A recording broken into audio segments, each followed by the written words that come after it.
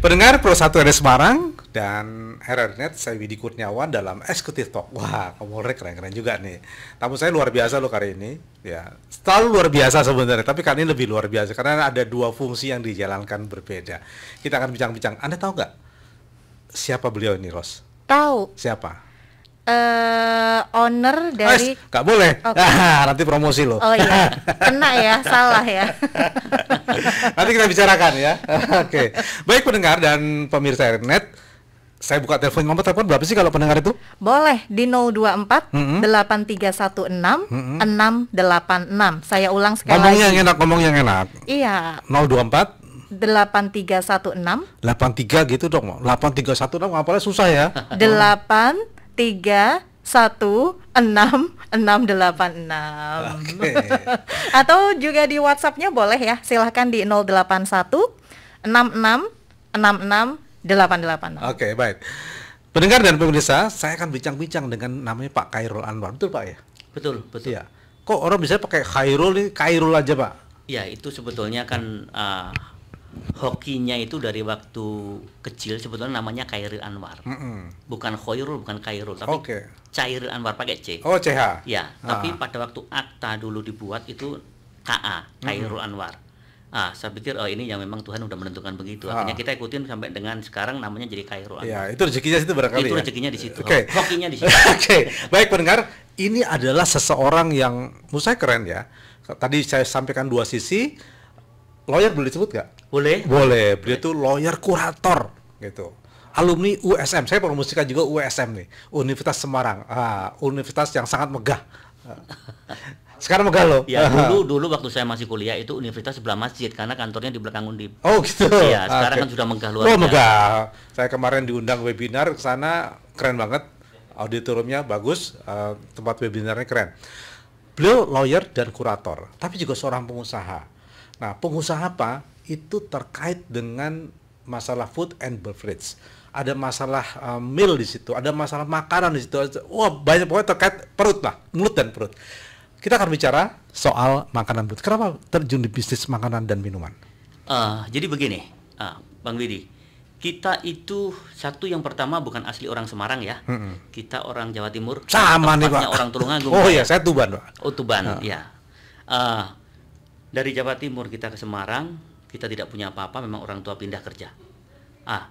Beradaptasi kita di Semarang, kemudian tahun 89 orang tua kemudian berhenti bekerja, harus berusaha. Usahanya apa? Nah, akhirnya muncul kita membuat produk-produk makanan ringan. Nah, dari sampling yang kita yang kita buat, kemudian kita distribusikan pelan-pelan, berkembang sedemikian rupa sampai akhirnya sekarang ini kita hampir seluruh wilayah Jawa dan Kalimantan kita cover produk kita. Produknya seperti apa sih? Itu kita beberapa jenis makanan ringan, kemudian kita sekarang sedang kembangkan untuk minuman juga. Ya. Kok terjun di bisnis makanan minuman? Apa yang menarik di situ? Alam sekarang ini kebutuhan itu alam sekarang. Tapi kan dulu investasinya. Sama pada saat itu juga sama. Tahun berapa tepatnya Pak? Tahun 89. Tahun 89. 89 itu semua makanan masih murah. Ya. Kenapa kita produknya makanan dan minuman? Kebutuhan hidup manusia, masyarakat. Pada saat itu mereka membutuhkan berbagai variatif jenis makanan. Jadi kalau kita membuat produk misalkan kayak semacam alat-alat rumah tangga dan sebagainya, saya pikir yang secara menonton dibutuhkan oleh orang setiap saat itu adalah makanan minuman yang tidak lekang oleh waktu. Makanya salah satu produk kami pun menjadi produk legend di Kota Semarang. Orang bilang katanya, oh ya inilah produk makanan minuman yang legend. Nah, sampai sekarang berkembang hampir di seluruh Jawa dan juga di Kalimantan. Sebagian Sumatera udah kita masukin. Ya. Ya, jadi gagasannya karena banyak orang perlu makan cemilan semacam itu ya? Iya, betul, betul. Tidak makan besar ini? Bukan, ini bukan kebutuhan pokok. Ini sifatnya hanya kebutuhan yang bersifat tambahan aja. Oke. Ini menarik nih. Dia bukan kebutuhan pokok, tapi orang suka dan orang beli. Yes. Kenapa beli? Karakter orang Indonesia. Saya tanya Pak Bang Widi, apa Bang Widi karakternya? Kalau teman-teman bertemu berkumpul apa yang dilakukan? Dia nongkrong. Oh, nongkrong. Ngobrol, kopi, ngeteh, ya. Cari cemilan. Cari cemilan. Itu filosofinya. Orang nongkrong butuh hiburannya adalah itu camilan. terpikir ketika baru membangun tahun 89 itu? Ya itu yang bisa kita perbuat pada saat itu. Jadi kita tidak berpikir sampai harus berkembang seperti sekarang. Sekarang ini kita sedang kembangkan lahan kurang lebih sekitar 1,6 hektar yang sedang kita bangun Di? di salah satu kawasan industri Kota Semarang. Oke. Ya, Pabrik. ya. Luar biasa. Saya minta nanti launchingnya nanti Pak Widi juga ikut hadir. Great. Apaan Pak? Mudah-mudahan di awal tahun depan kita sudah bisa. Tahun depan ya? Ya. Mudah-mudahan saya masih di sini. Harus masih bisa. Karena kayaknya kalau dengar kuliahnya di Semarang. Oke. Pak Khairul. Mas Khairul, kita bincang-bincang menarik nih. Kita putar lagu dulu boleh nggak ya? Boleh. Pak Khairul kalau lagu suka apa ya kira-kira ya? Saya yang tuh asik. suka lagu-lagunya tuh, kalau saya lagu-lagunya Katon Bagaskoro itu selalu suka. Katon ya? Katon Bagaskoro. Katonnya siapa? Katonnya? Apapun lagunya itu. Lagunya itu ya? Sepanjang vokalisnya beliau itu, saya tuh luar biasa. Kenapa? Ada kesan terhadap Katon? Semua lirik lagunya oke. Oh, lagunya oke Iya. ya. Itu inspiratif ya? Inspiratif. Oke. Bisa cari nggak, Ros? Bisa. Lagunya bisa. Katon. Pasti bisa ya? Oke. Kita akan cari lagunya nih sambil diutak-atik gitu kan. Tapi pendengar juga boleh loh gabung di sini. Ya.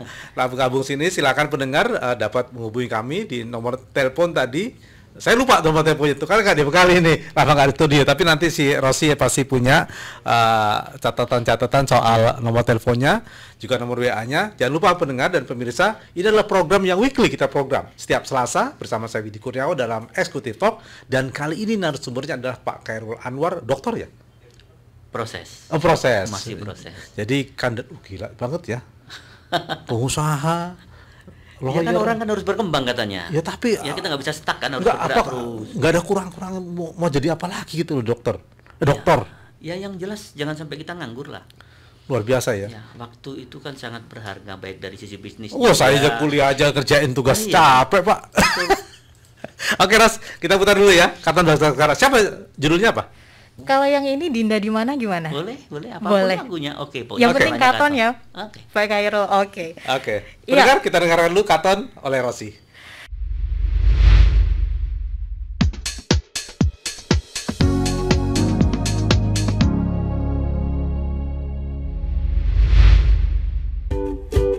Menurut kamu, hoax itu? Hoax itu berita bohong kan? Hari gini percaya berita bohong, udah nggak zamannya bro. Hoax itu nggak penting, buang-buang waktu aja. Berita bohong jauh-jauh deh. Hoax menurut saya nggak penting, mending share berita yang pasti-pasti aja. Lagian kan nyebarin berita hoax dosa.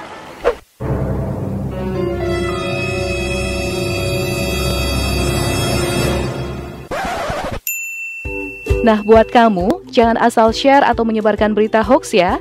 Baca dengan teliti, lalu klarifikasi kebenaran berita, biar nggak jadi korban hoax.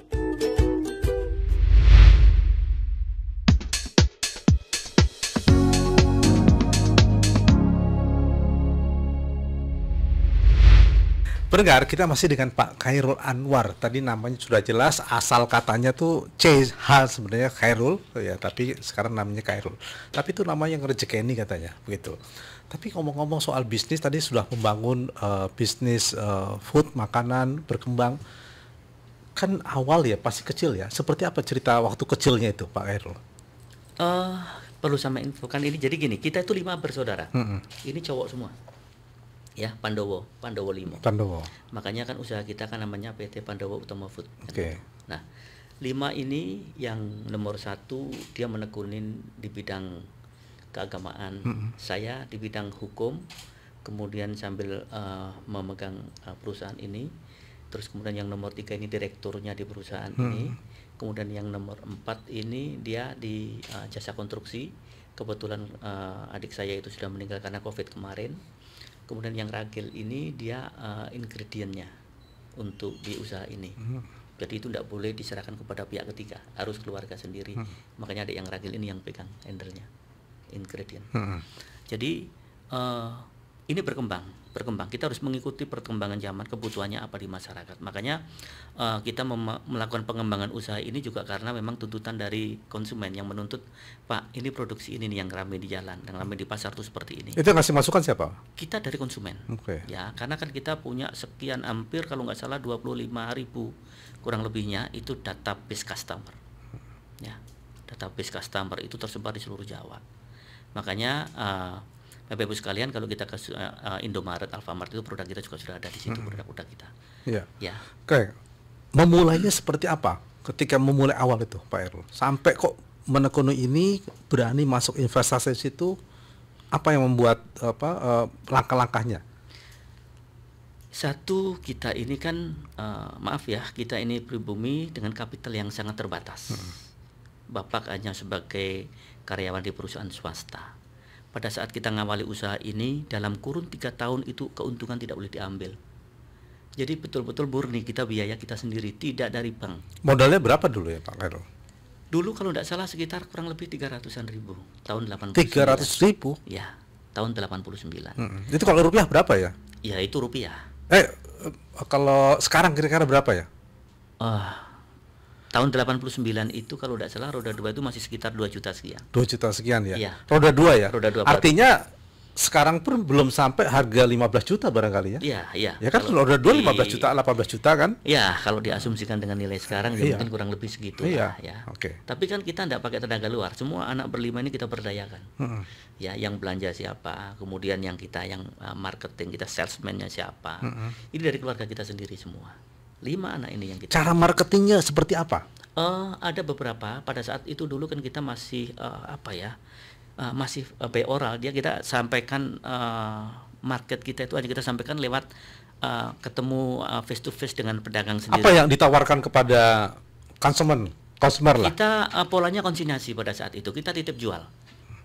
Titip jual. Jadi gini ceritanya itu, kita pada saat itu 89 produk kita baru kita produksi, kita titip jual ke beberapa customer toko-toko yang ada di sekitar kita dulu. Kemudian ada menyebut tak Pak Khairul, ini value editnya apa, nilai tambahnya atau kelebihan dari produk ini apa gitu? Nah, sampling itu selalu kita bagikan sama customer. Tesnya silahkan dicoba. Oh, dia bilang enak. Udah, saya titip jual. Sederhana. Sistem distribusinya adalah konsinyasi. Setelah berjalannya waktu, kemudian tumbuh berkembang, kita mulai berani pakai roda 2 marketnya. Konsinyasi ya? Sistem masih konsinyasi. Konsinyasi, oke. Ya. Pendengar dan pemirsa, kalau bisnis mulai awalnya mau tidak mau kita konsinyasi agar orang itu mau menerima barang kita dan menjualkannya, betul nggak? Betul. Oke. Betul. Lanjut. Untuk membuat orang mau menjual produk, itu kan mesti kan harus ada sesuatu feedback buat mereka, special price, diskon dan lain sebagainya. Pada saat itu kita belum di level itu. Kita hanya fokus bagaimana barang kita itu bisa berjejer di toko bersama dengan produk-produk lain milik orang lain. Ya, untuk tampil dulu. Nah, setelah itu berjalan ternyata animo dari masyarakatnya bagus. Berkembang. Kita beli 1 unit motor berkembang, kemudian unit mobil berkembang, kemudian jadi mobil box dan sebagainya. Berapa tahun itu sampai bisa beli sepeda motor baru? 89 itu kita sebetulnya dari Bapak sudah nyediain 1 unit motor. Terus kemudian tahun 94 baru kita beli mobil station buat keliling. Jadi itu juga melanggar aturan sebetulnya saat itu, karena mobil station kan mobil orang bukan untuk barang. Ya tapi kita pakai itu karena yang lebih efektif. Setelah itu tahun 96 kita sudah ngawalin untuk beli 1 unit mobil box baru. Kita tidak pernah beli second karena dari sisi maintenance lebih menguntungkan. Sampai sekarang terakhir kita kemarin roda 2, roda 3, roda 2, roda 4, roda 3 juga ada. Roda 3 juga ada. Kemudian mobil yang besar kita untuk ke distributor kita kurang lebih ada sekitar 60-an unit. 60 unit. Ya. Semuanya ya? All ya. Jadi itu masih kurang kita. Jadi kita masih menggunakan jasa pihak ketiga. Luar biasa nih. Oke. Ini keren juga loh, ya. Jadi bisnisnya terus berkembang dengan konsinyasi, beli 3 tahun modal tidak boleh dipakai sendiri. Keuntungan tidak. Kenapa, Pak? Ya, karena kita kapital kita sendiri, kita tidak ada suntikan dana dari luar. Kalau kita ngajukan pinjaman di bank. Kan begini, orang kita kan modalnya lemah, kecil. Ya, betul. Untung ya dipakai buat hidup. Kalau untung nggak bisa digunakan, sehari-hari seperti apa, Pak? Jadi dulu ibu itu juga pedagang beras. Jadi dari usaha pedagang hasil bumi itu yang kita gunakan untuk kebutuhan kita, untuk makan. Tapi dari usaha ini tidak boleh diambil 1 rupiah pun. Ini biar berkembang, bergulir keuntungannya. Karena pada saat itu kan kita takut yang namanya pinjaman bank. Edukasi ke kita itu bank itu ngeri. Sehingga kita nggak berani. Lagian kita juga nggak ada aset, kita rumah kontrak di Semarang. Sehingga pada saat itu ya kita berani hanya dengan pola kayak gitu. keuntungan nggak pernah kita ambil selama 3 tahun, kemudian pelan-pelan kita mulai kemudian membeli 1 unit sepeda motor, kemudian mobil station, baru bermain kita di 94 kita baru 96 baru beli 1 unit mobil box pada saat itu. Kira-kira pada tahun 89 dimulai, 96 berarti kan 7 tahun ya. Itu sudah mulai stable. Sudah mulai stabil. Permintaan tinggi yang saya rasakan pada saat itu. Kondisi ekonomi pada saat itu negeri ini bagus. Kemudian keuntungan juga sangat bagus pada saat itu. Sehingga kita terus putar terus, kondisinya semakin membaik, kita beli beberapa area lahan. Kemudian kita bangun menjadi tempat produksi. Kemudian sekarang kita ini ada 3 tempat produksi. Kita yang tadi saya katakan terakhir kita yang siapkan lahan 1,6 hektar. Habis itu kita juga akan rencanakan plan untuk bangun di daerah Jawa Barat. Ya, untuk produksi juga. Ini Jakarta sudah masuk juga ya? Produknya di Jakarta ini sudah masuk tapi di level penyangga dulu. Penyangga dulu. Itu strategi marketing ya, juga. Jadi gini, kita tidak pernah menggunakan iklan. Makanya saya katakan tadi di sini kita jangan sampai nyebut iklan kan gitu. Kita nggak pernah pakai metode iklan. Terus semuanya kita itu pengenalannya pakai oral. Jadi kita sampaikan kepada konsumen. Terus ada event misalkan di daerah, katakan di daerah mana Brebes gitu, ada kegiatan apa di situ, kita biasanya promo di situ pakai ikut kegiatan swalayan yang ada di situ. Dia ngadakan promo apa, kita ikut. Nah, kita pakai tes rasa itu kita sampaikan ke masyarakat. Nah, respon positif itu barangnya silakan. Jadi beli. Tanpa iklan, tanpa promosi, tanpa iklan, tanpa promosi. Pendengar dan pemirsa, ini luar biasa. Ya, sekali lagi saya bilang luar biasa. Kenapa?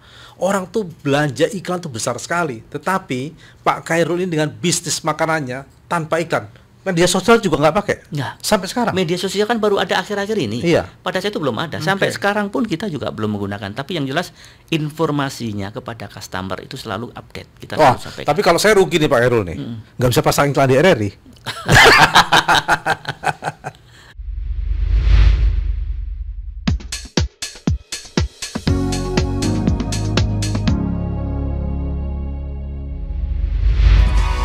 RRI mempersembahkan RRI Playgo. RRI Playgo adalah aplikasi resmi Radio Republik Indonesia. Dengan satu sentuhan, Anda bisa mengakses Pro 3 Suara Identitas Keindonesiaan, Voice of Indonesia,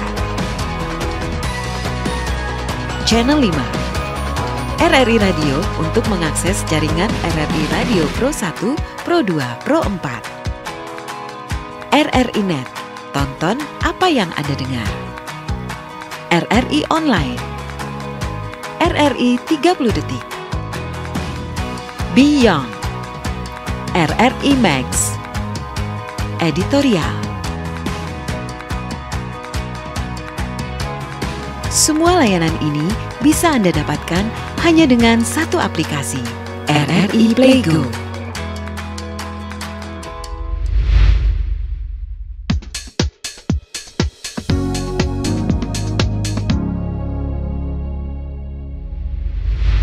Halo, selamat sore Safira.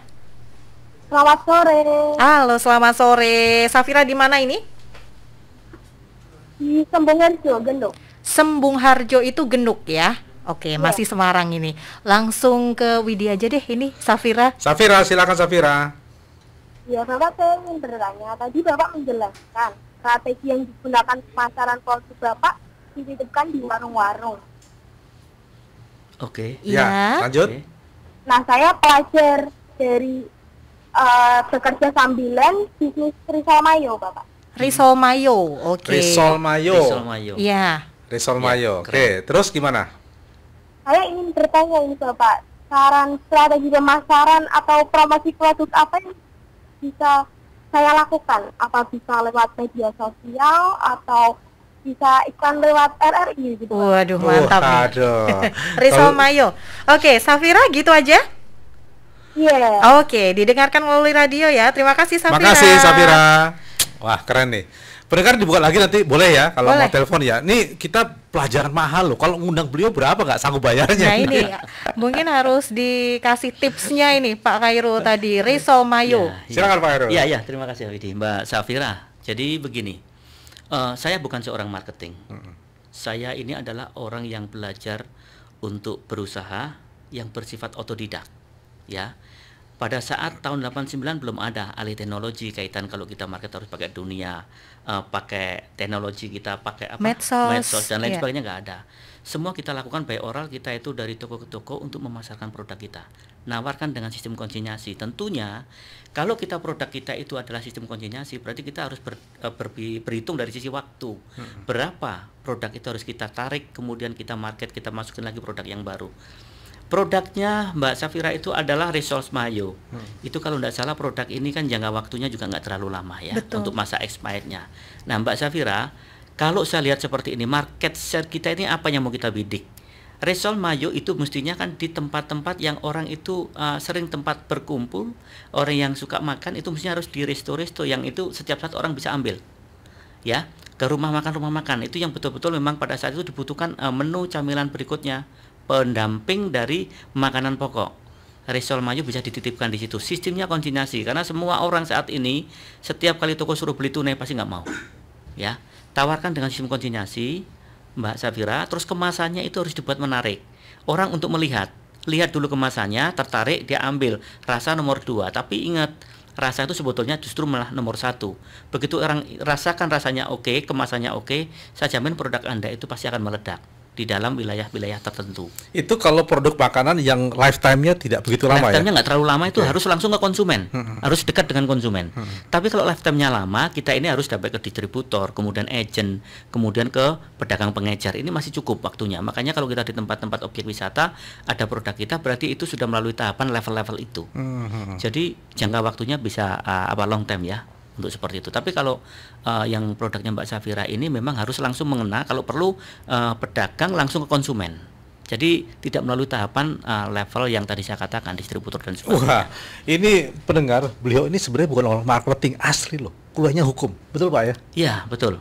Betul. Kok nyambung antara hukum dengan bisnis ini Pak?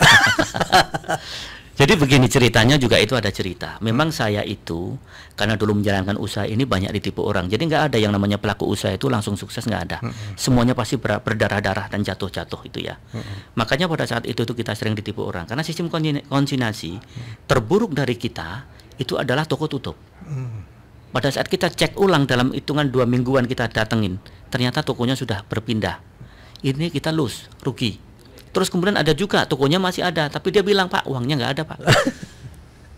Leh Pak barangnya udah habis. Dia bilang Pak kita juga ketipu sama orang. Nanti ya Pak kita angsur. Nah ini yang bikin kita akhirnya berpikir saya kalau begini terus juga repot juga. Makanya saya kuliah di Fakultas Hukum pada saat itu. Setelah lulus saya kok feel saya kok ternyata dunia saya juga di dunia profesi juga oke. Makanya kemudian kita daftar sebagai seorang advokat. Nah tahun 2000 itu sampai sekarang. 2000. Sebelum kita bicara soal hukum, saya mau tahu dulu prospek bisnis makanan ini. Wah, telepon lagi sudah pendengar ini. Oke. Ini orang hebat memang, pendengarnya banyak. Diangkat dulu Ros, nanti kita tanya lagi. Tapi sebelum dicatat nomor teleponnya, cerita dulu prospek bisnis makanan seperti apa ke depannya kira-kira, Pak Khairul. Jadi sekarang lagi heboh nih dunia ini, diisukan bahwa produk makanan minuman ke depan tuh harganya pasti akan naik karena memang dengan kondisi alam yang seperti ini, kemudian sering terjadinya gagal panen dan sebagainya, potensinya produk food beverage ini nanti akan mengalami kenaikan. Nah, para pendengar, kalau kita mau lihat bicara peluang bisnis di sini, produk makanan itu yang laku ke depan adalah produk makanan yang fresh graduate yang memang betul-betul saat ini apa yang dibutuhkan oleh masyarakat. Tolong harus ada tim survei. Setiap 2 minggu sekali tim survei saya itu pasti laporan ke kami. Ini yang laku di pasar ini produknya. Oke, kita masih masih layak nggak kita berkompetisi? Oh masih Pak, masih dibutuhkan di pasar. Oke, kita gempur, kita mainkan. Jadi selalu survei di atas. Selalu survei. Oke, pendengar ada dulu Ros. Ada, kali ini ada Alia yang ada di Semarang. Kita akan angkat juga ini. Halo, selamat sore Alia. Iya, selamat sore. Iya, ini kayaknya pelajar-pelajar ini ya dari suaranya. Coba Alia di mana ini? Iya, di mana? Alia di mana? Di Jalan Jati. Di Jalan Jati? Halo. Betty Mulya Mangunharjo. Oke, Mangunharjo, langsung yuk. Alia silakan. Ya, jadi gini Bapak, saya tertarik dengan dunia bisnis. Jadi saya ingin bertanya dengan Bapak, karena Bapak seorang pengusaha. Apakah Bapak juga mengikuti organisasi lainnya? Jika Bapak mengikuti organisasi, bagaimana cara Bapak membagi waktu dengan pekerjaan, keluarga, dan kesehatan Bapak sendiri? Ini pertanyaannya mengeksekusi saya. Gitu ya Alia ya. Kalian Terima kasih. pengusaha harus bergabung di mana-mana barangkali Pak ya. Silakan Pak Hairul. Ya. Satu basically-nya karena usaha, jadi saya juga menjadi anggota Kadin Jawa Tengah. Kebetulan ada di struktur kepengurusan di Kadin Jawa Tengah, ya, bersama Bung Yanto, ketuanya sekarang. Kita sudah undang beliau juga sih. Undang-undang ya. Sudah. Itu beliau ini orang top juga itu. Baru dipilih Februari ya. Oke, baru jadi kan beliau. Nah, itu dari sisi usaha ya. Kemudian dari sisi profesi yang tadi ditanyakan, satu memang ini tadi belum sempat ditanyakan kan sama Bang Widi kan itu, bahwa saya juga sebagai seorang lawyer dari tahun 2000 sampai sekarang, kemudian kita juga sebagai seorang kurator, juga sebagai seorang likuidator juga, kemudian di organisasi yang lain lagi di tempat refresh kami ada di dunia bola. Saya basically-nya juga orang bola meskipun bukan pemain bola.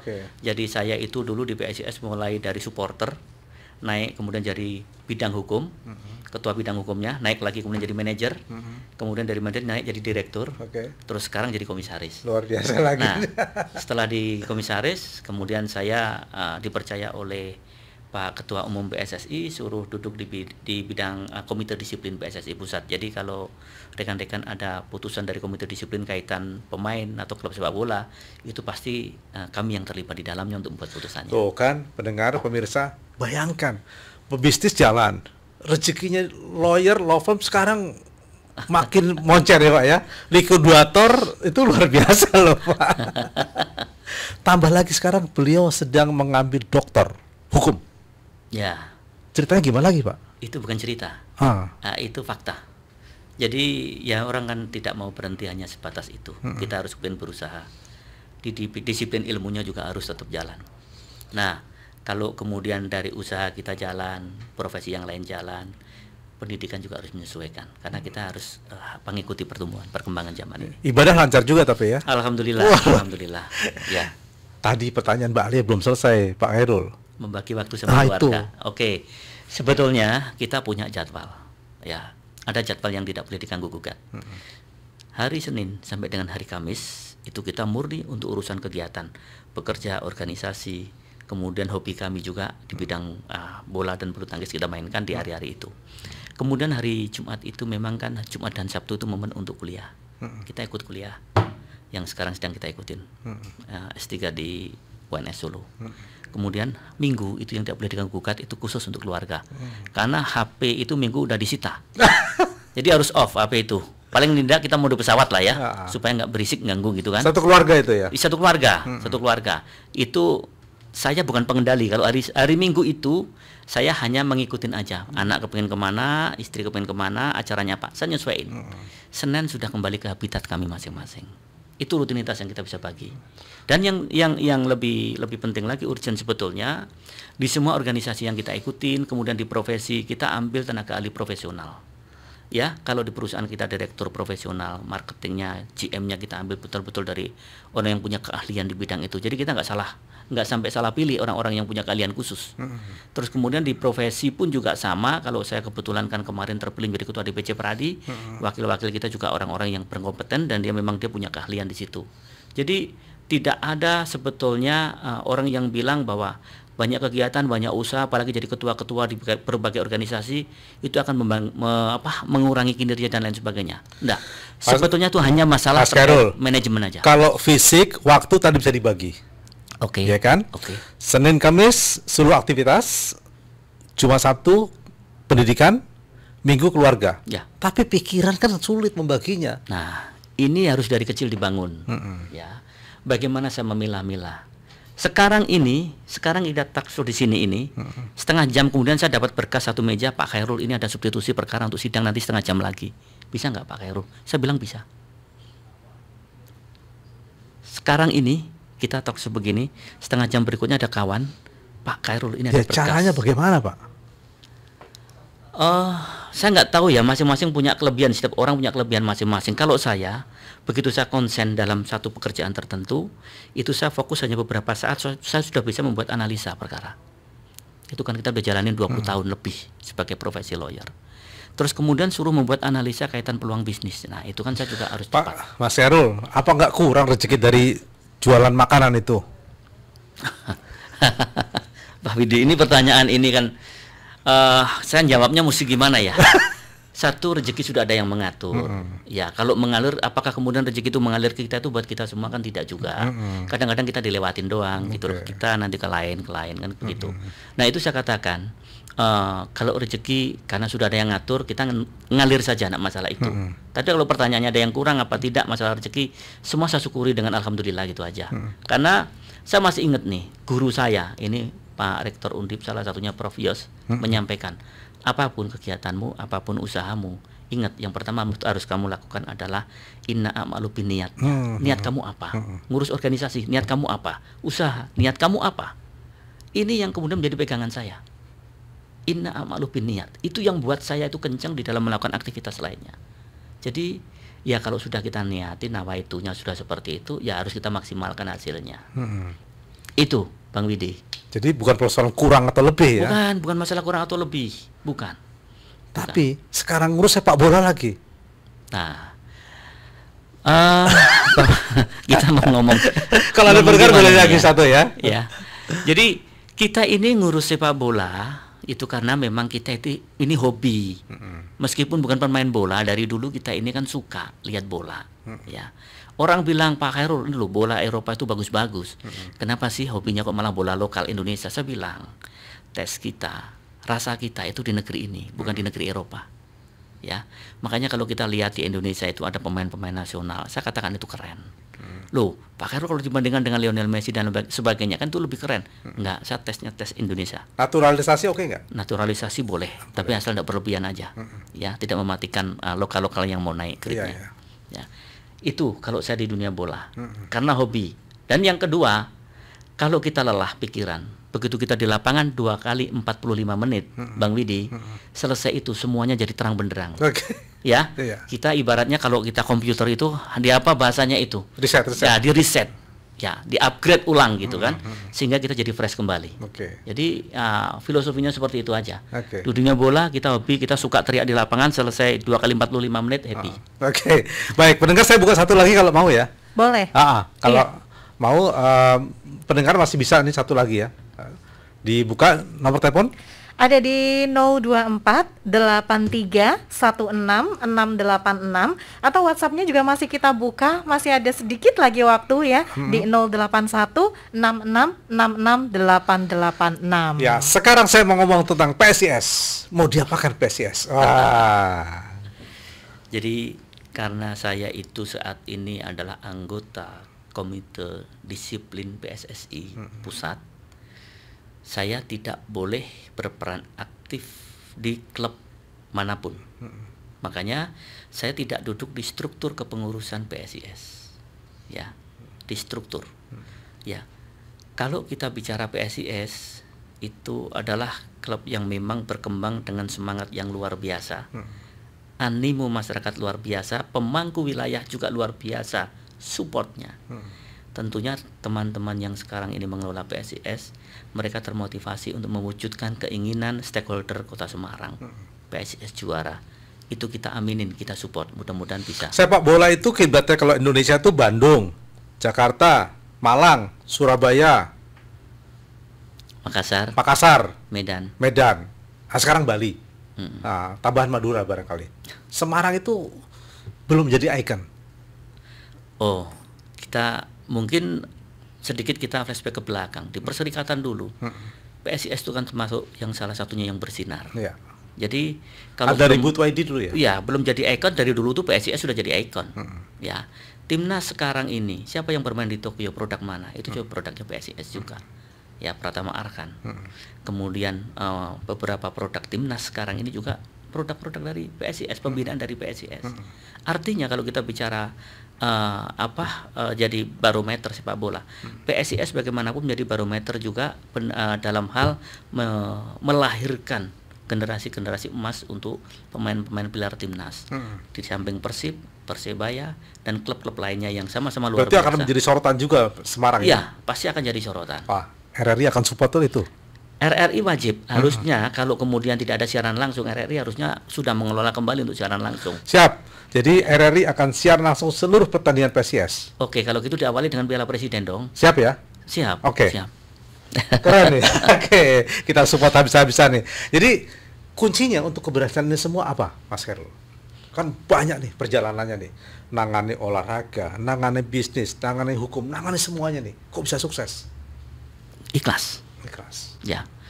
Jadi gini Bapak Ibu sekalian, kita di dalam hal menerima apapun ya. Satu, menyangkut mengenai pekerjaan. Kalau kita berangkatnya dari ikhlas, pasti hasilnya bisa maksimal, karena kita nggak ada beban. Ya. Apalagi kalau kita bicara di bidang hukum, kita pada saat mana kita berteriak, pada saat mana kita diam, itu kita harus cerdas bisa memilah. Pada saat sudah ada judulnya ikhlas di situ, pasti dengan sendirinya akan keluar nih dari roh kita sendiri. Ini perkara ini ada ketidakadilan, kita harus ledakin. Secara otomatis kita akan meledak-ledak keluarnya. Ya. Tapi pada saat kita nanganin perkara, oh ini hukum sudah berjalan normatif, sesuai dengan ketentuan, ya sudah kita ikutin prosesnya. Ya. Ikhlas itu kuncinya. Kemudian di bidang usaha, kita ini tidak setiap kali investasi itu untung. Ya. Ada investasi kita ini ternyata itu untuk BEP aja kita butuh waktu 5 tahun dan ternyata nggak bisa BEP. Kita harus pindah tempat lagi, karena apa? Marketnya di lingkungan situ masyarakat belum bisa menerima produk, artinya lidahnya lain. Ingat, Jogja itu menu makanannya manis, Solo itu manis, Semarang itu juga manis, tapi manisnya tasnya beda-beda. Kalau kita bicara ke arah barat, itu bicaranya sudah agak asin-asinan. Ke Jawa Timur gurih pedas. Ini kan tes. Kalau kita menciptakan produk makanan di area-area tertentu, harus menyesuaikan lidah setempat. Nah, ini butuh investasi. Pada saat kita investasikan itu ternyata tidak bisa berjalan dengan baik, sepanjang kita ikhlas, kita evaluasi, pasti akan keluar hasilnya menjadi lebih baik. Oke. Ya. Jadi dasar semua adalah ikhlas. Ikhlas, berangkatnya harus ikhlas. Sekarang dari semua ini yang masih mau dicapai apa?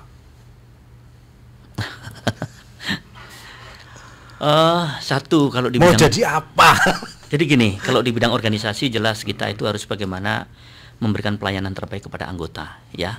Di DPC Pradi, karena saya adalah diberi amanah baru sekitar tanggal 28 Mei kemarin untuk menjadi ketua DPC Pradi, bagaimana kita akan menyempurnakan program saya untuk membuat seluruh anggota DPC Pradi itu bisa terlayani dengan baik di dalam pengelolaan organisasinya dan juga mendapatkan perlindungan terbaik dari organisasi setiap kali anggota menghadapi permasalahan hukum, ya.